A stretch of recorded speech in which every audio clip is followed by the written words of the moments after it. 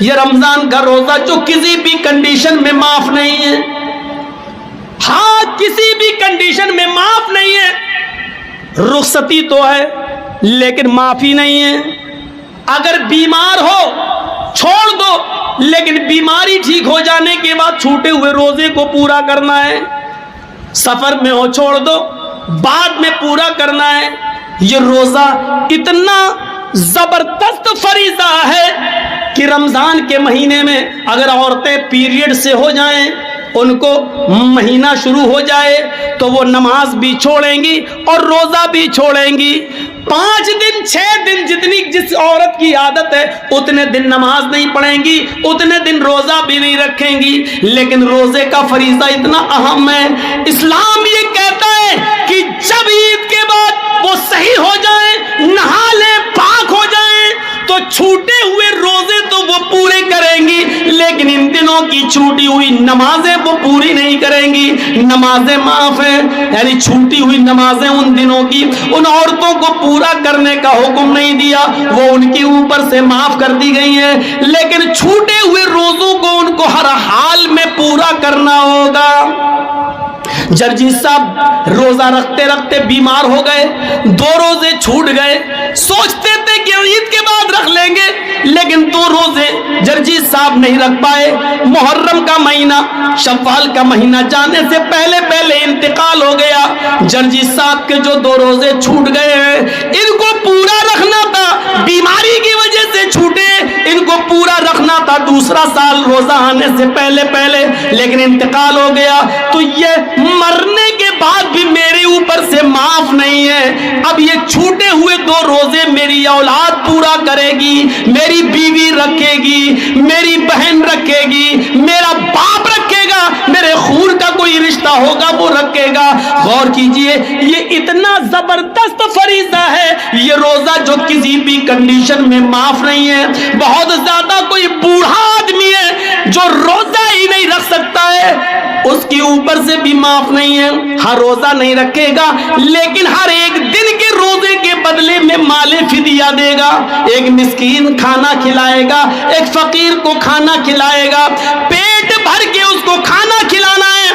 اب چاہے تو 30 دن کا اکٹھا اس کو دے دے، یا 30 دن اپنے گھر میں بلا کر کھلائے، یا 30 دن کے کھانے کا راشن اس غریب آدمی کے گھر میں پہنچا دے۔ لیکن راشن پہنچانے سے پہلے سمجھ لینا، صرف چاول پہنچاؤ گے تو نہیں چلے گا، راشن جب پہنچاؤ گے تو 30 دن کا پورا راشن پہنچانا پڑے گا۔ یہاں اس میں دال بھی شامل ہے، چاول بھی شامل ہے، سبزی بھی شامل ہے، یہاں تک کہ تیل اور مرچ مسالہ، یہاں تک کہ نمک، یہاں تک کہ چولہے میں جلنے والی لکڑیاں بھی اس میں شامل ہے۔ یہ پورا کا پورا خرچہ آپ کو 30 دن کے روزوں کا اس کو دینا پڑے گا۔ یہ روزہ اتنا بڑا فریضہ ہے جو کسی بھی کنڈیشن میں معاف نہیں ہے میرے بھائیوں، لیکن اسلام یہ کہتا ہے جرجیت صاحب بیمار ہیں، جرجیت صاحب روزے سے ہیں، جرجیت صاحب کے بغل میں پڑوس میں رادھے کرشنا نام کا آدمی رہتا ہے، اس کا بیٹا بیمار ہے، اس کو آپریشن کی ضرورت ہے، ڈاکٹر نے کہہ دیا ارجنٹ، 1 بوتل خون کی ضرورت ہے، 1 بوتل بلڈ کی ضرورت ہے، اس کے گروپ کا بلڈ چاہیے، اس کے گروپ کا بلڈ نہیں مل رہا ہے۔ جرجیت صاحب کا بلڈ گروپ وہی ہے جو اس ہندو لڑکے کا ہے۔ اسلام یہ کہتا ہے اس کی فوراً جان بچانے کے لیے جرجیت صاحب آپ فوراً ہاسپٹل جائیے، 1 بوتل بلڈ دیجئے اور جلدی سے اس کو چڑھوائیے اور اس کی جان بچائیے۔ جرجیت صاحب کہنے لگے 1 بوتل خون دیں گے تو روزہ ٹوٹ جائے گا۔ اسلام یہ کہتا ہے کہ یہاں پر کسی کی جان بچانے کے لیے اپنے روزے کو توڑ دو۔ ایک غیر مسلم بچہ ہے، انسانیت کا تقاضا ہے، روزہ بعد میں پورا کیا جا سکتا ہے، لیکن وقت پر اگر بلڈ نہ ملا تو اس کی جان چلی جائے گی، اس کو فوراً بلڈ دو۔ جرجیت صاحب کو اپنا روزہ توڑنا پڑے گا اور روزہ توڑ کر بلڈ دے کر اس کی جان بچانا پڑے گی۔ میڈیا والوں لکھو اور بیان دو، اسلام یہ شکشا دیتا ہے، اسلام یہ تعلیم دیتا ہے، تمہاری طرح نہیں کہ رام کا نام بدنام کرو، پیڑ سے باندھ دو، جے شری رام کے نعرے لگاؤ، مسجدوں سے بھی گزرو تو رام کا نام لگاتے ہوئے گزرو, یہ نعرہ لگاتے ہوئے سنو. اگر تمہارے عقیدے کے مطابق رام چندر جی جیوت ہیں, زندہ ہیں, تو یقین مانو کہ ان کی آتما اندر سے کتنی دکھی ہو رہی ہوگی, ان کی آتما اندر سے کتنی رو رہی ہوگی کہ میں نے تو اپنے شاگردوں کو, اپنے چیلوں کو ایسا رام دھرم بنانے کے لیے نہیں کہا تھا, ایسا تو نہیں کہا تھا, لیکن آج یہ کتنے گر چکے ہیں کہ اپنے سوارتھ کے لیے ہم کو مسجدوں کے باہر بھی نیلام کر رہے ہیں. ذرا تصور کیجئے, یہ اسلام ہے جو ہمیں جوڑتا ہے, یہ اسلام ہے جو ہمیں مانوتا اور انسانیت سے جوڑتا ہے. یہ اسلام ہی ہے جو کہتا ہے واللہ لا یؤمن, اللہ کی قسم وہ مومن نہیں. حضرت عائشہ پوچھتی ہے کون مومن نہیں, اور اللہ کے نبی کہتے ہیں وہ مومن نہیں جو خود پیٹ بھر کے کھانا کھا لے اور اس کا پڑوسی بھوکا سو جائے. اور پڑوسی میں ہندو اور مسلمان کی کوئی قید نہیں لگائی, پڑوسی ہے چاہے وہ جو بھی ہو. حضرت عبداللہ ابن عمر بڑے صحابی گزرے ہیں, ان کا پڑوسی یہودی تھا, ان کے گھر بچہ پیدا ہوا. کس کے؟ عبداللہ ابن عمر کے گھر میں ڈلیوری ہوئی, ولادت ہوئی, بچہ پیدا ہوا. 7ویں دن انہوں نے اپنے بچے کا عقیقہ کیا. جب 2 جانور لے آئے اور گھر میں باندھ دیا تو اپنی بیوی سے کہا دیکھو بیوی, جب 7ویں دن یہ بکرے دونوں ذبح ہوں گے اور گوشت پک جائے گا تو پڑوسی کو ضرور پہنچا دینا. پڑوسی کون تھا؟ یہودی. ذرا اس بات کو سنتے رہیے گا, پڑوسی کون تھا؟ یہودی. اور عبداللہ ابن عمر کیا کہہ رہے ہیں؟ پڑوسی کو ضرور پہنچا دینا. بیوی نے کہا ٹھیک ہے. جب عقیقے میں 5 دن رہ گئے تو کہا دیکھو جب یہ جانور ذبح ہوں گے, گوشت پک جائے تو پڑوسی کو ضرور دے دینا. بیوی نے کہا ٹھیک ہے. جب عقیقے میں 2 دن رہ گیا تو انہوں نے کہا دیکھو اب 2 دن رہ گئے عقیقے میں, جب جانور ذبح ہو جائیں اور گوشت پک جائے تو تم پڑوسی کو ضرور پہنچا دینا. بیوی نے کہا ٹھیک ہے. آج عقیقے کا دن آ گیا. عبداللہ ابن عمر نے دونوں جانوروں پر چھری چلائی اور فرمایا بیوی جب گوشت پک جائے تو پڑوسی کو ضرور پہنچا دینا. بیوی نے کہا ٹھیک ہے. اب کھال اتارنے لگے, کھال اتر گئی, گوشت کی بوٹیاں ہونے لگیں. کہا دیکھو بیوی جب گوشت پک جائے تو پڑوسی کو ضرور پہنچا دینا. اور جب گوشت پکنے لگا, ہانڈی پر رکھ دیا پکنے کے لیے, تو بار بار ڈھکن اتار کر دیکھنے لگے. بیوی نے کہا کیا ہوا؟ کہا دیکھ رہا ہوں. کہا کیوں؟ پکنے میں تھوڑا ٹائم لگے گا. کہا میں دیکھ رہا ہوں کہ کتنا رہ گیا ہے, دیکھو جب پک جائے تو پڑوسی کو ضرور پہنچا دینا. اب بیوی کو غصہ آ گیا. 7 دن سے ان کی ٹر ٹر ٹر ٹر سن رہے ہیں. تو بیوی نے کہا ارے سن لیا میں نے, 7 دن سے آپ چلاتے چلے جا رہے ہیں پڑوسی کو دے دینا, پڑوسی کو دے دینا. ارے میں آپ کی بیوی ہوں, ذمہ داری سمجھتی ہوں. آپ نے کہہ دیا پکنے تو دیجیے, میں پہنچا دوں گا, پہنچا دوں گی, کیوں پریشان ہیں آپ؟ اب چپ ہو گئے. کہنے لگے بیوی ڈانٹ کیوں رہی ہو؟ کہا بار بار کہتے چلے جا رہے کسی بات کو. ارے میں نے, آپ نے کہہ دیا, میں نے سن لیا, میں پہنچا دوں گی, پکنے تو دیجیے. کہا دیکھو میری بیوی بات یہ نہیں ہے, بات یہ ہے کہ اللہ کے نبی صلی اللہ علیہ وسلم نے جمعے کا خطبہ دیا تھا, میں اس وقت مسجد میں موجود تھا, اور اللہ کے نبی صلی اللہ علیہ وسلم نے پڑوسیوں کے حقوق بتانا شروع کیے. یہ حق, اس کے بعد یہ حق, اس کے بعد یہ حق. آپ نے اتنے حق بتائے, اتنے حق بتائے کہ ایسا لگ رہا تھا کہ کچھ چھوٹ ہی نہیں گیا.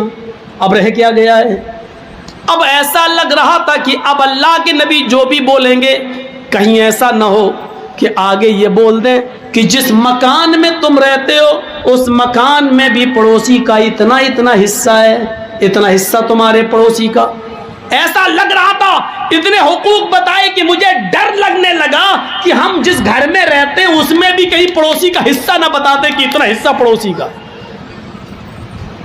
تو میری بیوی پہنچا دینا. اللہ کے نبی نے فرمایا وہ آدمی مومن نہیں جو خود پیٹ بھر کے کھا لے اور اس کا پڑوسی بھوکا سو جائے. اسلام یہ گوارا ہی نہیں کر رہا ہے کہ آپ کے پڑوس میں رہنے والا پڑوسی